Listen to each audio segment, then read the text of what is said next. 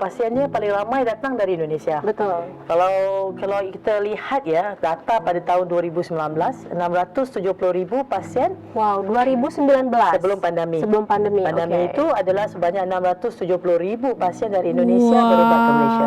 Daripada data tersebut, 60% adalah dari Sumatera. Sunway Medical Center dinobatkan sebagai Standout Jury Award for Best Hospital of the Year in Asia Pacific 2021 dan sebagai Medical Tourism Hospital of the Year di Asia Pasifik pada APEC Healthcare and Medical Tourism Award tahun 2018, 2019 sampai 2020. Wow, 3 tahun berturut-turut luar biasa, predikat sebagai APEC Healthcare and Medical Tourism Award.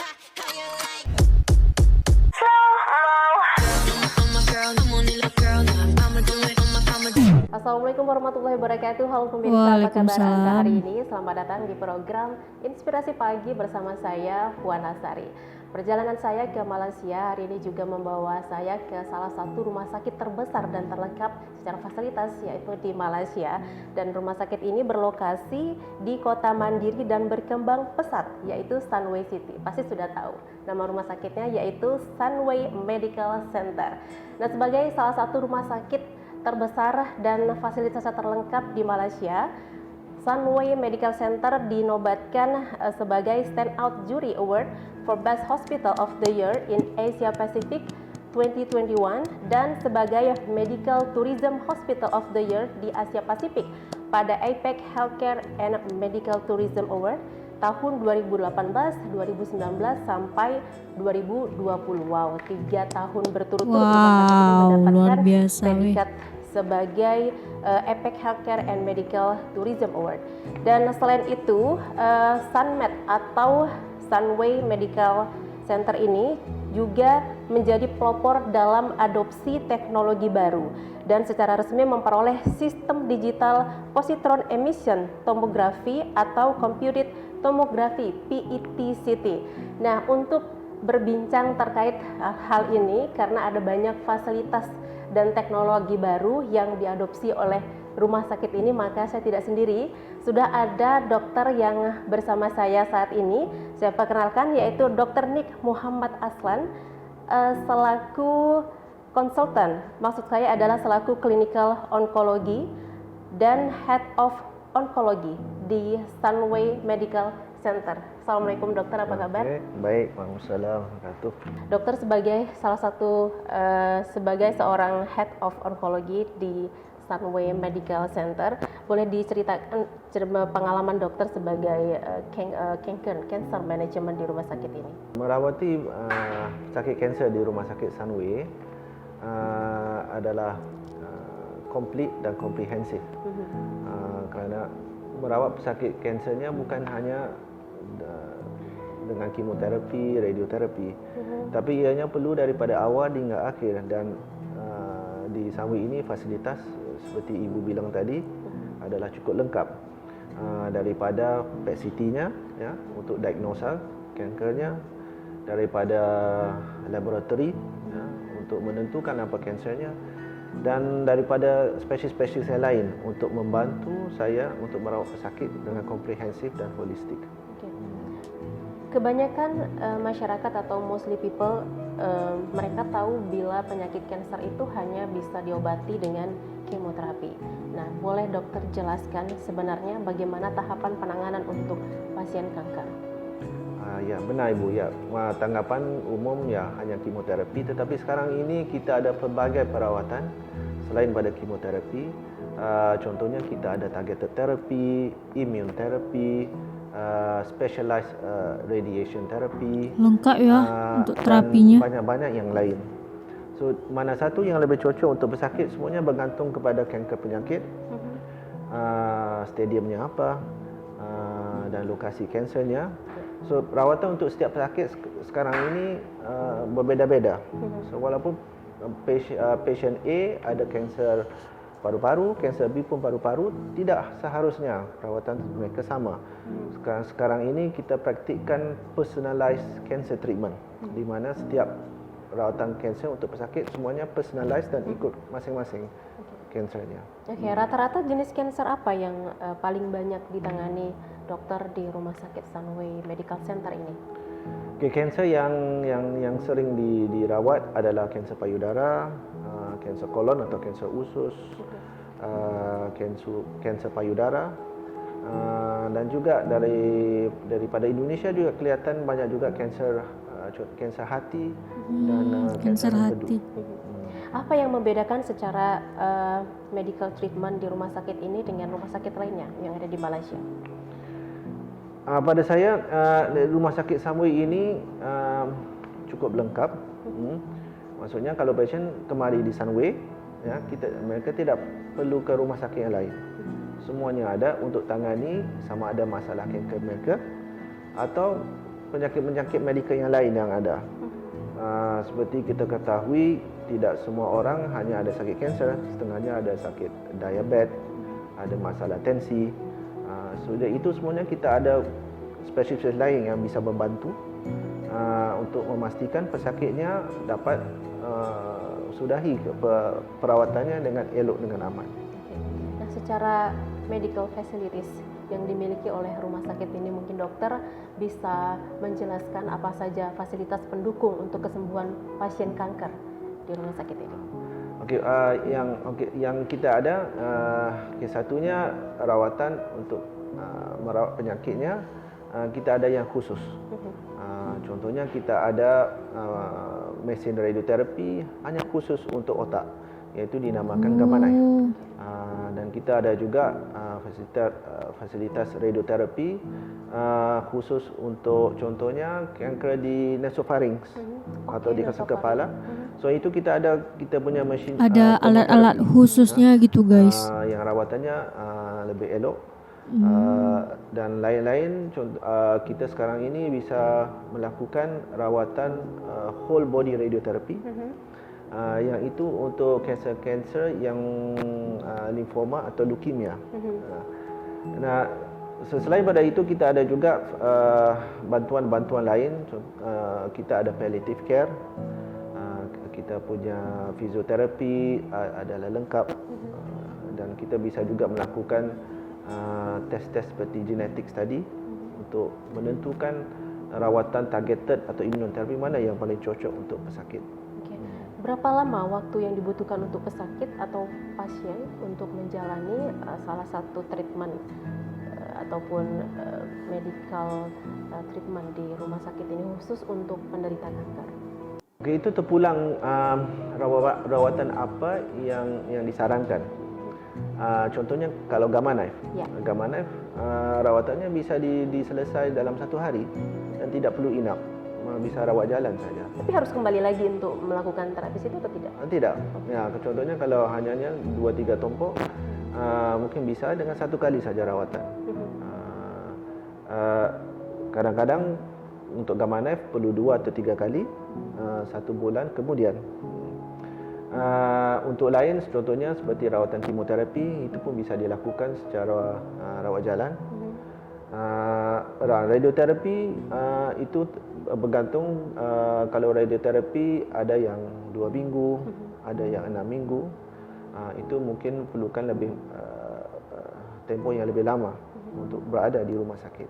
Oke, baik dokter, saya penasaran dengan alat gamma knife yang dimiliki oleh Sunway Medical Center. Kita boleh nanti dokter ajak saya untuk melihat bagaimana sih boleh, ya, bentuk ataupun mengoperasikan gamma knife itu, karena dari namanya serem dok, pisau. Iya, kira-kira pakai pisau atau enggak? Kita boleh ke sana ya dok? Boleh, ya. Oke. Mengenai sepintas clinical oncology di rumah sakit ini, di hospital ini, kita akan melihat langsung salah satu teknologi yang dimiliki oleh hospital ini, yaitu gamma knife. Nah, saya penasaran ini dok, gamma knife ini seperti apa? Gamma knife. Namanya serem, knife, pisau. Benar kan ini menggunakan pisau? Boleh dijelaskan kita sambil tour ini ya dok ya, untuk melihat salah satu teknologi yang dimiliki oleh hospital ini. Boleh dijelaskan dok? Oke, baik ibu. Nah, namanya memang namanya gamma knife. Tapi ini bukan bermaksud mesinnya keluarnya pisau knife. Tapi itu hanya terma untuk menggambarkan rawatan untuk di otak secara precise, accurate seperti operasi tetapi menggunakan gamma. Gamma adalah terma untuk radiasi. So di dalam mesin ini ada dia punya alat radiasi. So ada radiasinya difokus seperti knife dengan tepat untuk di kawasan di otak yang kita ingin merawat. Oke. Boleh kita lihat lebih detail ya, Dok ya? Seperti apa alat ini bekerja, teknologi ini bekerja, dan apa yang membedakan teknologi ini dengan teknologi-teknologi sebelumnya? Okey, baik. Okey, ini seperti semua dapat lihat. So ini adalah mesin namanya gamma knife. Ya. Kalau dapat lihat di sini ditulis namanya Icon. Icon, oke. Icon maksudnya ini adalah model yang paling baru, yang paling terkini. So gamma knife Icon adalah yang paling baru untuk merawat kondisi yang di otak. So kondisinya tidak semestinya tumor atau kanker, tetapi mesin ini berupaya merawat kondisi yang bukan tumor. Contohnya trigeminal neuralgia, acoustic neuroma. So Canggih ya, weh. mesin sini apa yang berlaku? Pasiennya akan tidur di sini. Oke. Dia tidur di sini dan kepalanya di sini. Dan mesin ini kalau mesin yang lama punya, yang bukan Icon, pasiennya perlu dipakai frame, maksudnya besi dan di skru di kepala. Tetapi yang ini lebih aman kerana pasien hanya pakai masker saja. Dia pakai masker dan diletak di sini. So masa rawatan gamma knife, pasien tidak merasa apa-apa. Tidak ada rasa sakit. Berarti kayak dibius gitu ya? Dan pasiennya tidak perlu tidur, tidak dibius total. Okey. So semasa rawatannya sudah bersedia, katil ini akan bergerak dan kepala pasiennya akan masuk ke dalam sini. Masuk ke dalam. Seluruh tubuh akan masuk ke dalam atau bagian kepala saja? Bagian kepala saja. Dan rawatannya akan semuanya berlaku di dalam ini. Ya. Selama berapa lama ketika alat ini bekerja untuk memeriksa kondisi pasien? Okey, itu bergantung kepada kondisi apa. Contohnya kalau kita merawat kondisinya satu bahagian saja di otak yang tidak besar, itu mungkin mengambil masa 1 jam atau 2 jam untuk selesai. Tapi contohnya ada kadang-kadang kita perlu merawat kanser yang ada menyebar di otak. Contohnya ada 15 titik, 20 titik. Itu mungkin mengambil masa 8 jam, 10 jam. Dan mesin ini tidak perlu terus-menerus untuk merawat. Contohnya kalau ada pasiennya, rawatannya perlu 5 jam. Tidak seharusnya pasiennya perlu baring, tidak bergerak 5 jam. Dan pasiennya kalau contohnya sudah capek ke apa, biasanya bisa diberhenti. Oh, bisa berhenti. Bisa berhenti, istirahat, bisa sambung istirahat kembali. dulu. Dan apabila berhenti, tidak perlu risau dosisnya sebab ini semuanya dikontrol komputer. Apabila pasiennya kita berhenti, nanti apabila disambungnya akan disambung tepat pada waktu yang diberhenti. So semuanya accurate dan tidak perlu risau. Modern banget ya, Tingkat canggih. keberhasilan untuk menggunakan alat ini terhadap pasien yang dengan penyakit tertentu kira-kira berapa persen? Daripada pengalaman saya bisa katakan lebih daripada 80%. Wah. So merekanya semuanya yang contohnya kalau ada kanser di otak, kita sudah diberi sinar gamma knife.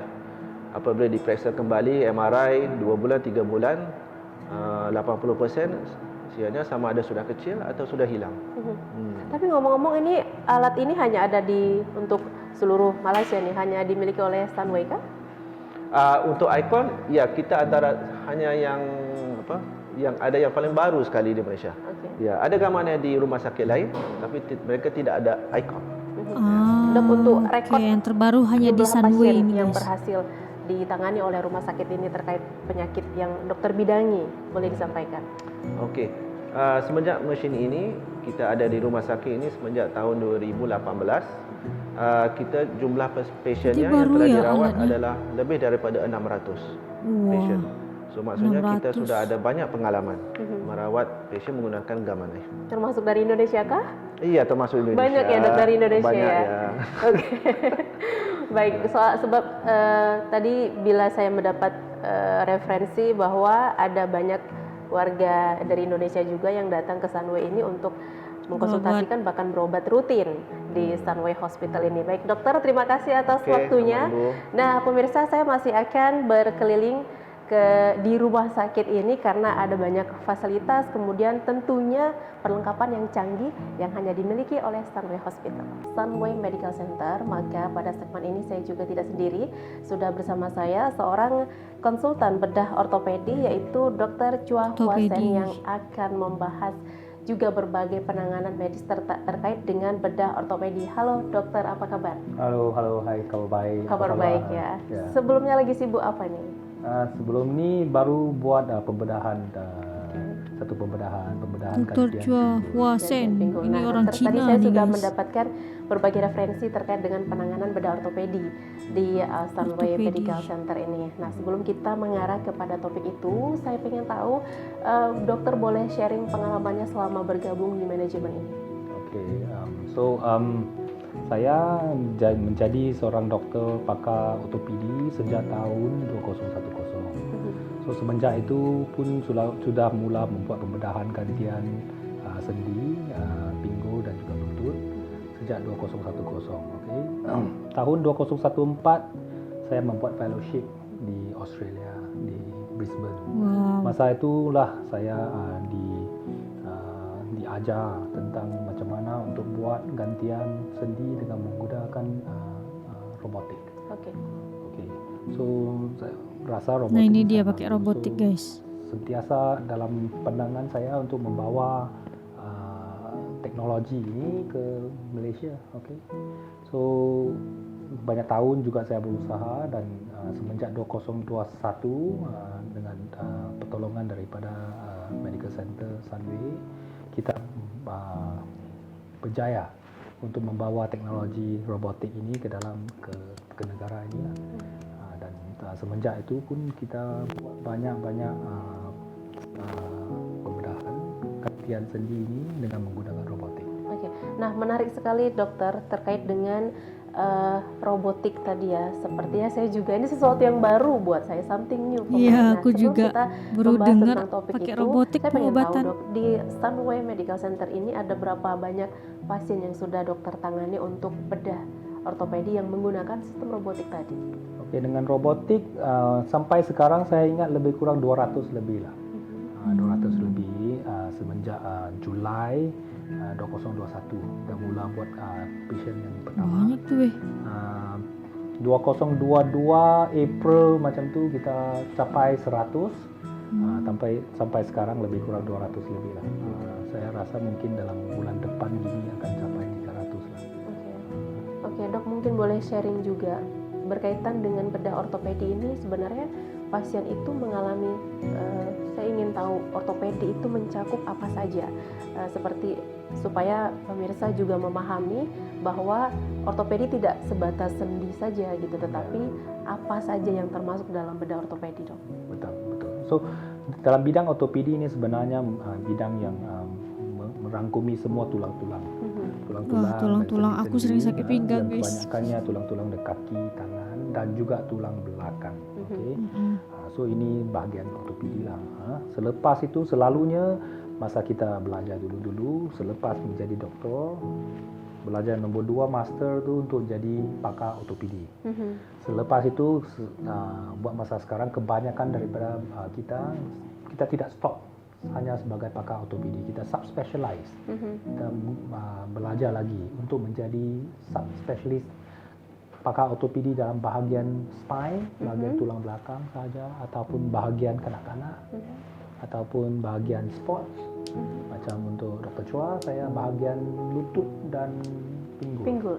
Itu kita subspecialist. Oke, dari 200 pasien pesakit yang pernah dokter tangani, rata-rata mereka khususnya itu punya gejala di mana, sakit di mana dok? Oh, so apa yang tadi saya cakap tu yang 200 lebih itu semua hanya gantian sendi dengan menggunakan robotik saja. Kalau kira lain-lain lebih banyak daripada 200, tapi yang 200 ni hanya menggunakan robotik untuk gantian sendi, pembedahan gantian sendi. So lutut ataupun pinggul lah. So kebanyakan pesakit-pesakit gini sebab lutut sama ada lutut ataupun pinggul sudah pun rosak, sendi itu sudah robak, sudah tidak bisa berjalan banyak lagi sakit bengkok, dan kita buat operasi. Oke, nah ini saya penasaran, mungkin ini bukan dok bentuknya? Ya, so ini salah satu daripada robot yang kita ada di Sunway Medical Center. Itu bentuknya, bentuk Untuk robotnya. masa sekarang Sunway kita ada 2 robot untuk buat pembedahan sendi ya. Ini robot pertama kita panggil Meko, satu lagi robot Rosa. Oke. So dari segi Meko dan Rosa, 2 jenis Kayak mana ini, ya robot sistem Meko kerja ni robot ini? bisa buat 3 jenis pembedahan. Oke, baik.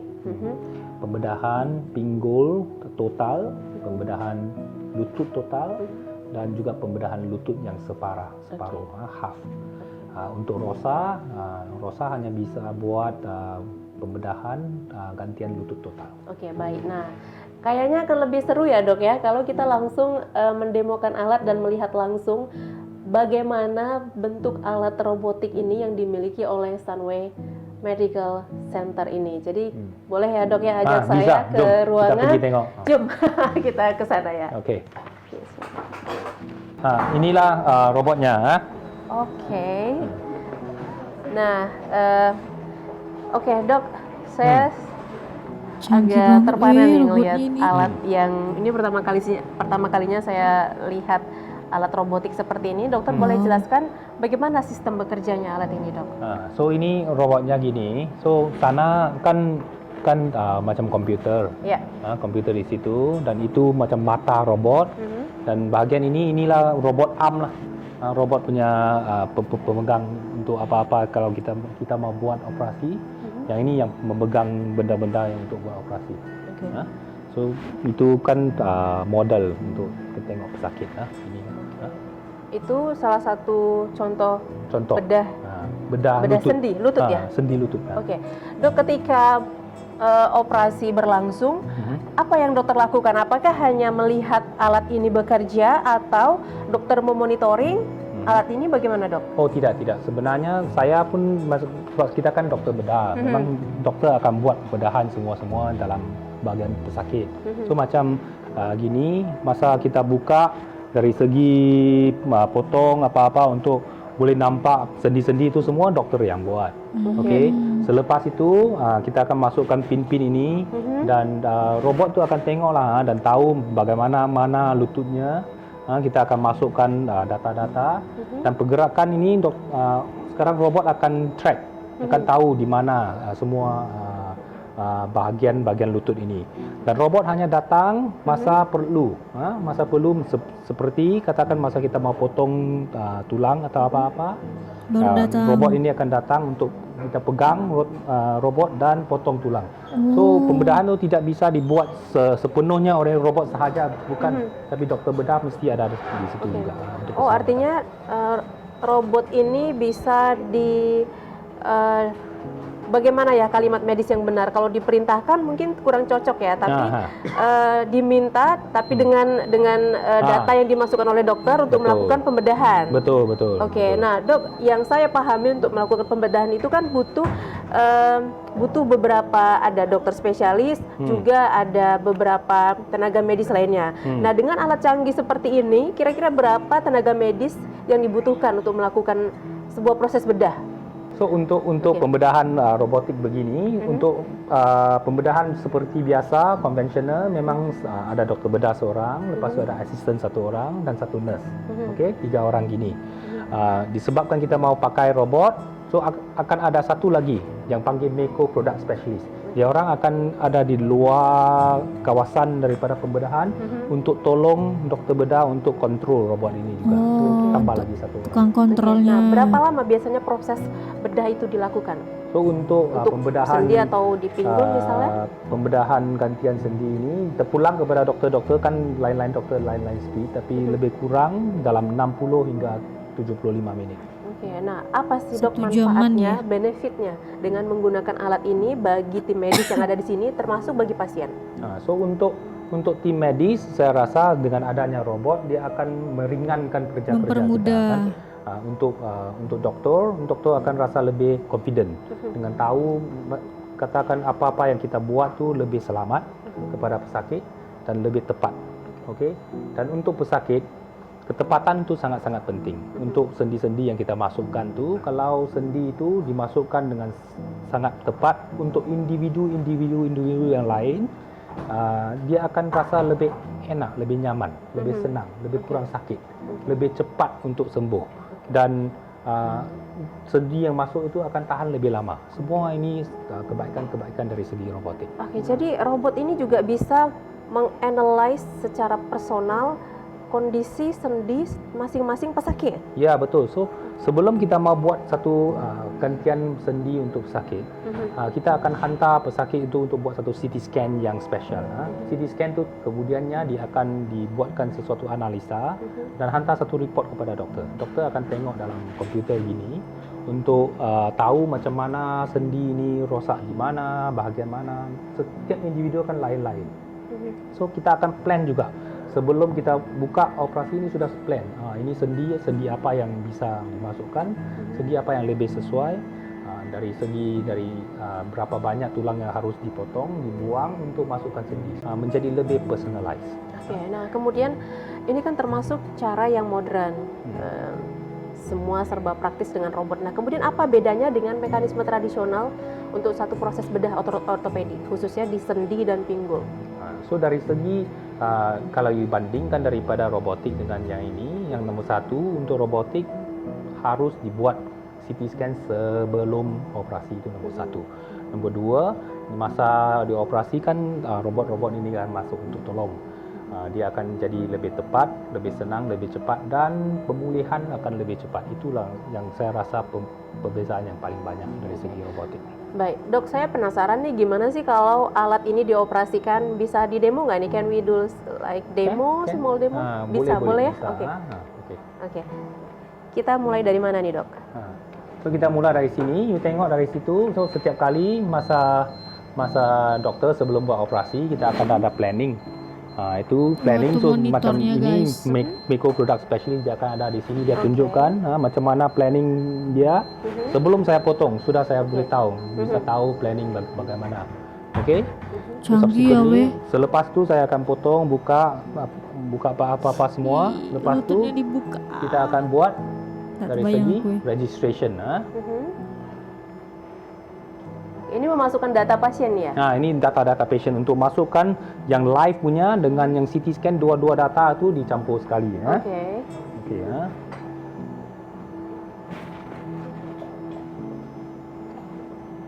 Wah, canggih sekali loh pemirsa.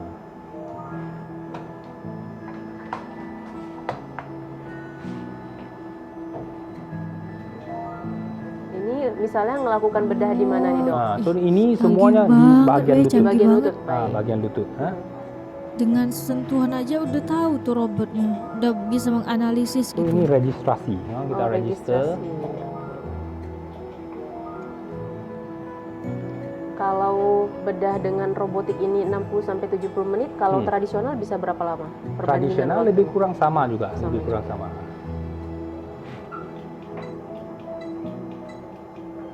Oke. So ini kita masukkan data-data yang patient ni secara live.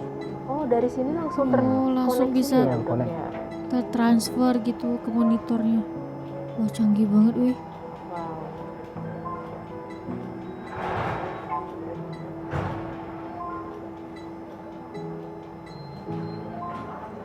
Oke, ini mendetek lokasi-lokasi yang sakit ya, Ya, dok? betul. Dia mendetek lokasi-lokasi di mana lutut pesakit ini sekarang.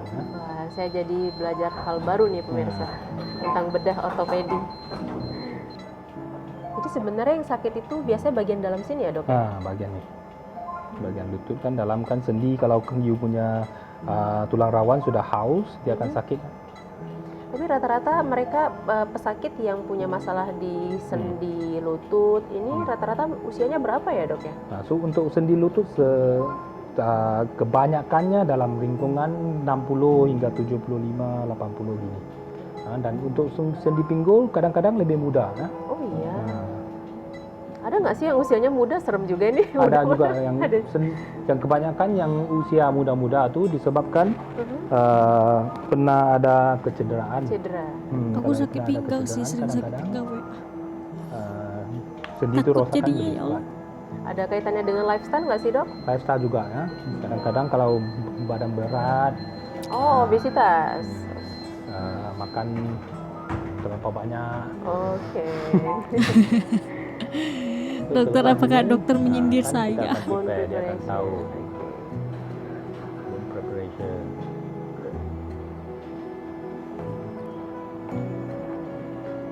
Oh, ini Nah, lain so- lagi so staffnya. robot akan masuk ya.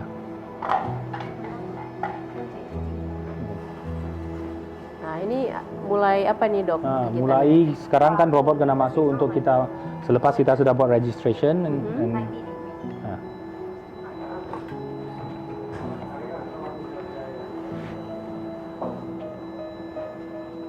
Robot akan masuk untuk tolong kita membuat pemotongan tulang sebelum kita Oh, memasukkan jadi si sendi. robot yang membantu motong tulang. Ih, aku dengernya aja ngilu guys. Terima Ya kasih Allah. robot.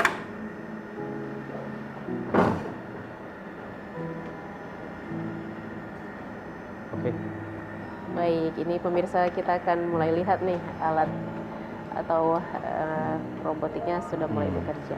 Wah, canggih banget sih. Aku terpana Suaranya halus banget jadi sama tidak terlalu mengganggu alatnya. konsentrasi ya, Dok ya. So beginilah. So disebabkan sudah planning, kita sudah tahu kan sini tulang dia yang apa harus dibuang. Iya. Terus lagi saw ni akan potong ini tulang. pisau Nah, ini pisau untuk potong tulang. dipotong tulang pakai Hah? pisau itu. So, Ih, ya Allah, gini. ngeri. So apa yang harus kita buat sekarang untuk men-shapekan tulang tu kepada shape yang kita mau dan untuk masukkan sendi palsu gini. Oke, ini sendi baru. Untuk sendi baru ni. Oke. Untuk kita masukkan sendi baru. Sendi ini akan dalam apa-apa angle yang kita mau. Yang lurus apa-apa angle yang kita mau. Oke. Kita akan potong gini. Di bagian Tekan yang dulu. ini tadi ya, Dok ya. So untuk demonstrasi saya akan buang saw lah. Saw untuk bahaya. So dia akan dipegang, tarik kan robot arm tengok dia akan gerak kepada apa-apa yang level yang betul-betul tepat. So dia sudah jadi tepat dia akan jadi hijau. So masa dia potong, dia akan potong. Ih, suaranya Dia akan buat tunjuk aku lah. takut. So doktor tengok situ dan tengok sini, dan dia akan potong sama.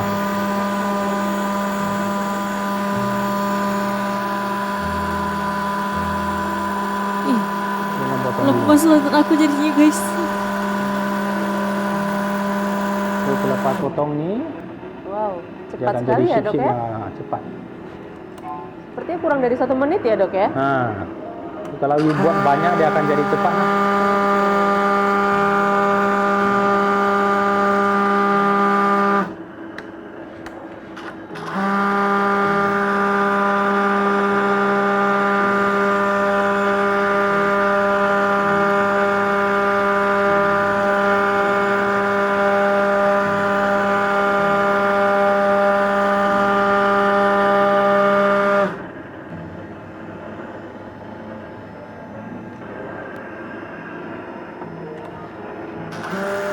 Ada 3 bagian tadi ya, Dok ya. Ya. Setiap bagian ini kita akan potong. Oh, tapi untuk memotongnya dokter kendalikan dari tombol itu ya, Dok Dari ya? tombol ini. Oke, baik. Canggih weh, Terus canggih. sekarang katakan sebelah bawah pula pun kita potong gini sama. Oke, ini sudah selesai nih ya, Dok ya, penggunaan alatnya ya. Sudah same lah.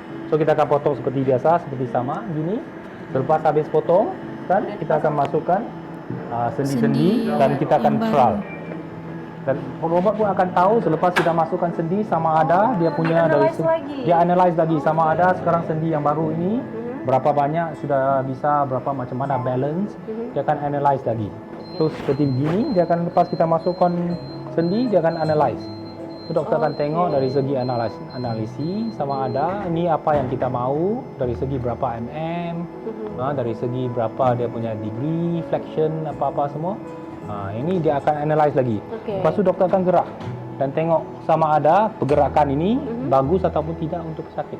So, dia akan analyze sampai kita doktor puas hati. Oke. Betul-betul puas cakap inilah yang kita mau. Oke, sampai pasien juga sudah betul-betul merasa tidak ada sakit lagi Betul. dari keluhan sebelumnya ya, Dok ya. Betul. Baik.